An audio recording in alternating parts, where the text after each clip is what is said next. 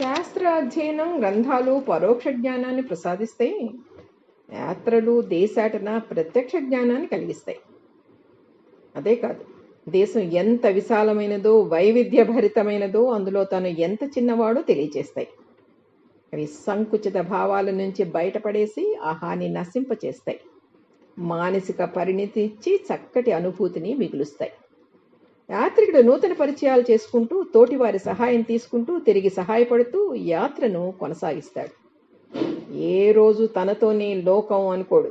బస చేసే వసతి గృహంలో ఉన్నన్ని రోజులు నలుగురితో కలిసి తిరుగుతాడు, పంచుకుంటాడు, తింటాడు, తాగుతాడు, చూడవలసినవి చూసి చేయవలసిన పనులు చక్కబెట్టుకుంటాడు. అక్కడ ఉన్నంతసేపు సంఘరహితంగా ఉండి సరదాగా ఆనందంగా గడిపి పని పూర్తి అయిన తర్వాత తనతో తెచ్చుకున్నవి మాత్రమే తీసుకుని యువతలకి వచ్చేస్తాడు. వచ్చేటప్పుడు వియోగ బాధ ఉండదు. సహాయపడిన వారికి కృతజ్ఞతలు చెప్పి అందరికీ ఆనందంగా వీడ్కోలు పలికి సంతోషంగా ఆ ప్రదేశాన్ని వదిలి మరొక మజిలీకి చేరుతాడు. యాత్ర ప్రారంభించిన నాటి నుంచి తిరిగి గమ్యం చేరుకునే వరకు లక్ష్యాన్ని మరిచిపోడు. అనవసరమైనవి పట్టించుకోడు. ఎక్కడ శాశ్వతంగా ఉండాలి అనుకోడు.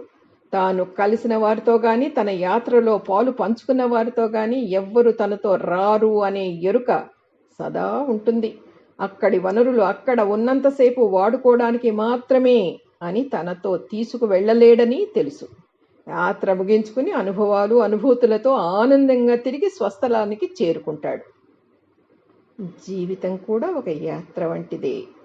సంసారంలో మోహబంధంలో ఉంచే భార్య, బిడ్డలు, బంధువులు, మిత్రులు కూడా జీవనయాత్రలో కలిసి విడిపోయే వ్యక్తులు మాత్రమే.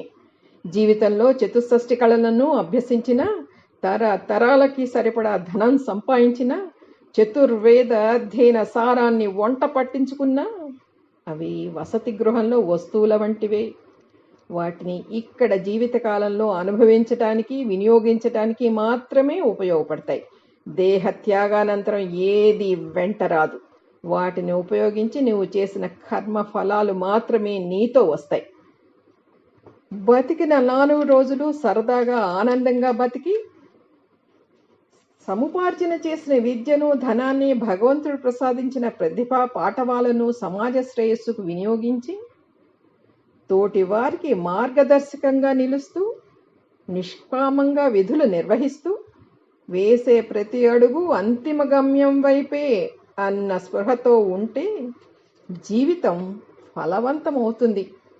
ప్రతి జీవి మజిలీ తర్వాత మజిలీ చేస్తూ సాగిపోయే బహుదూరపు బాటసారే.